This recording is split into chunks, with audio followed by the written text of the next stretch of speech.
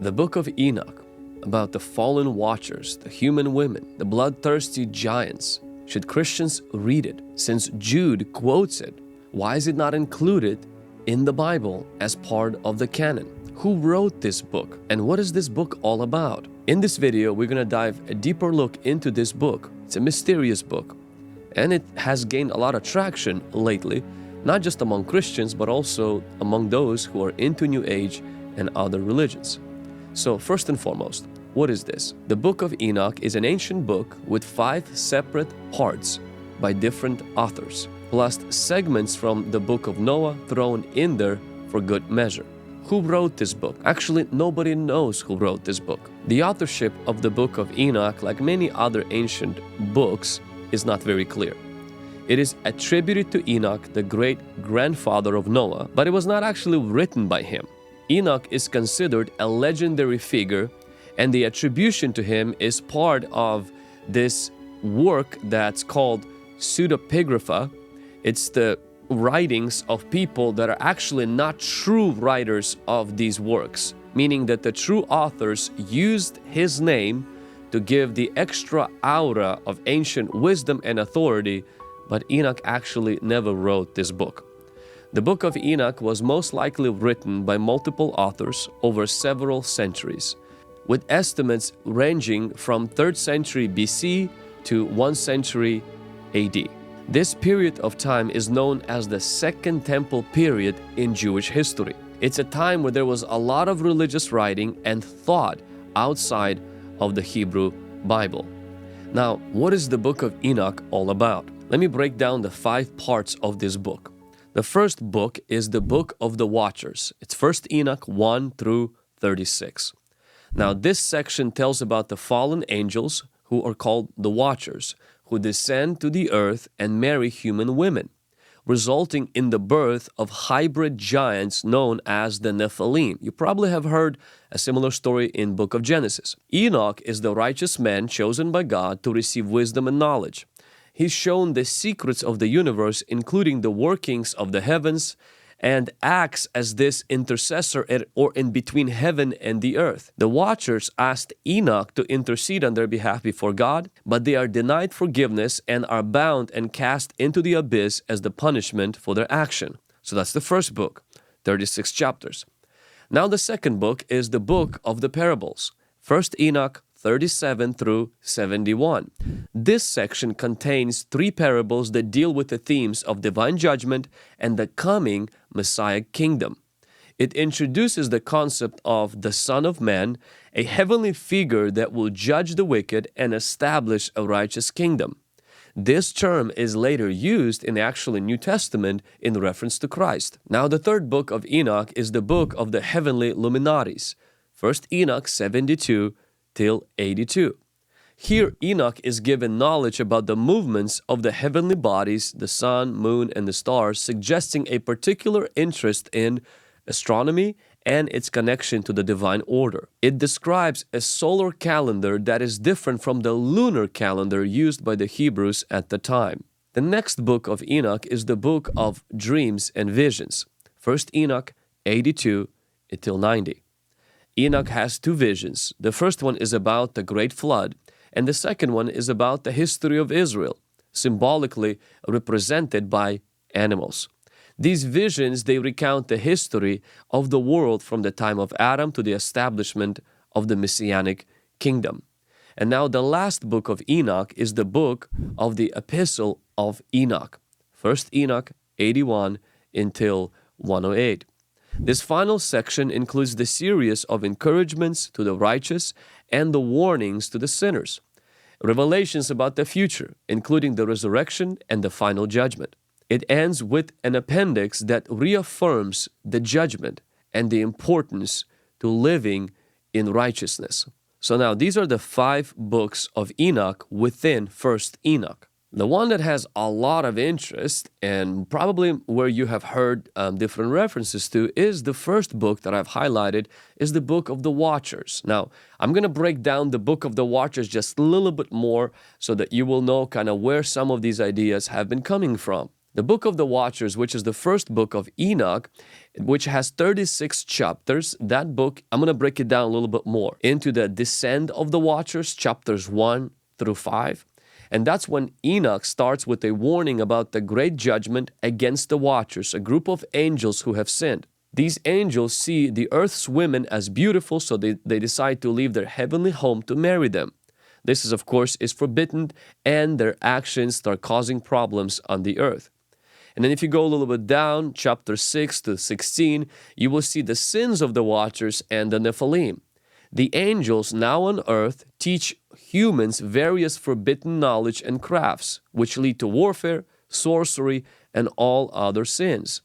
Now, this angel and human union produced this hybrid offspring called the Nephilims, who are the giants that bring pretty much havoc on this earth and actually consume the humans alive, leading to widespread despair. And chapters 17 through 36 talk about Enoch's mediation and the judgment on the Watchers. The Watchers realize that they have done wrong, and they ask Enoch to speak to God on their behalf, hoping for forgiveness. Enoch ascends to the heavens, where he receives visions and is told about the natural order and why the Watchers cannot be forgiven. God declares that the Watchers must be bound and imprisoned in the earth, and their giant children must be eliminated. And the judgment is carried out, and Enoch is given more revelations about the workings of the cosmos. You probably have heard this, especially in reference in book of Genesis, about the sons of God, sleeping with the daughters of men, and then this hybrid offspring is being produced, and then the flood comes in to wipe out the hybrid offspring. And there's a lot of debate on that. There's some people saying that they were just the descendants of Cain. I lean more toward the fact that they were actually angels who have rebelled against God and who have violated their domain and have created a hybrid descendants or hybrid humans that were devouring people, and then God had to wipe them out.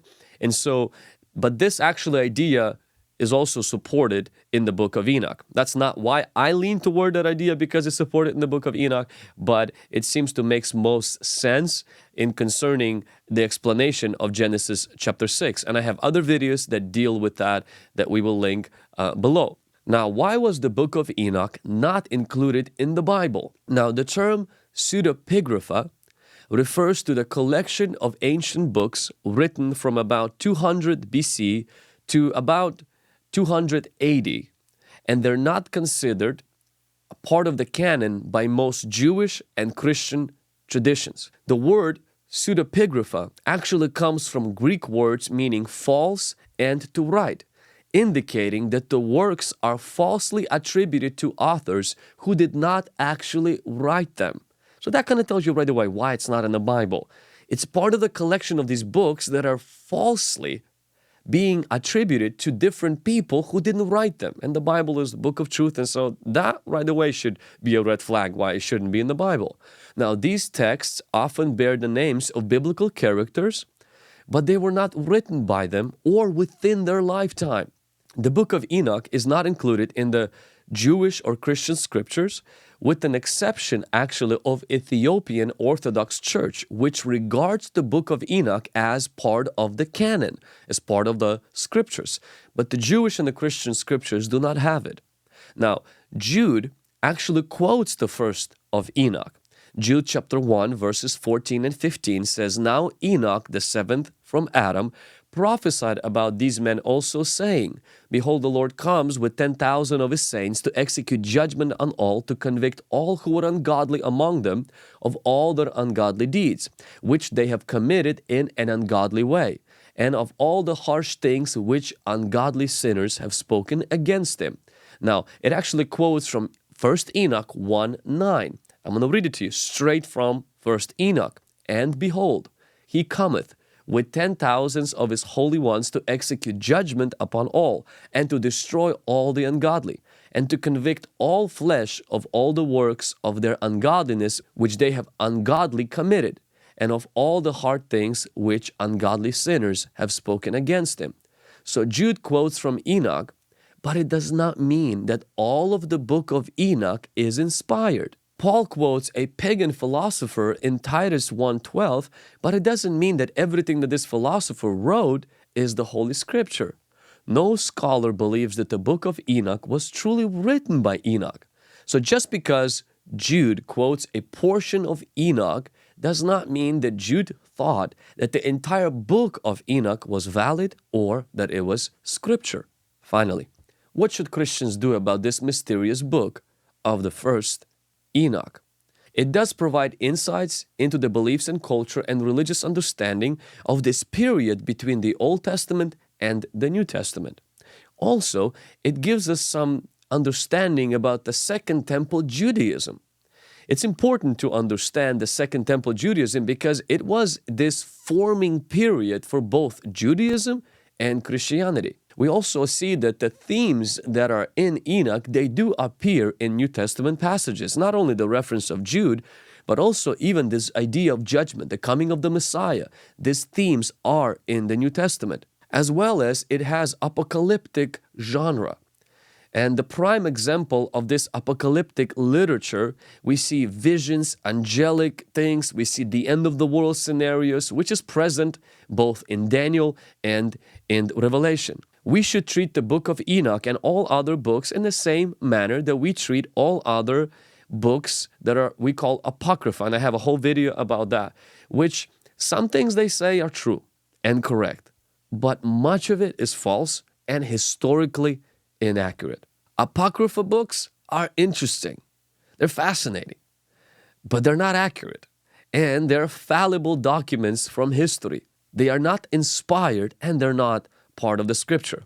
Dr. Michael Heiser said this about the book of Enoch: just because bad people like New Agers and people who practice occult use the particular book like Enoch does not mean that the book itself is bad.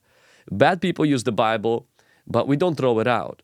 And he would say that use Enoch in its own context, the Second Temple period, not in the context of aliens. Meaning you can read it, but you have to understand is that a lot of the stuff is not true, and the whole idea that it's written by Enoch is also not true.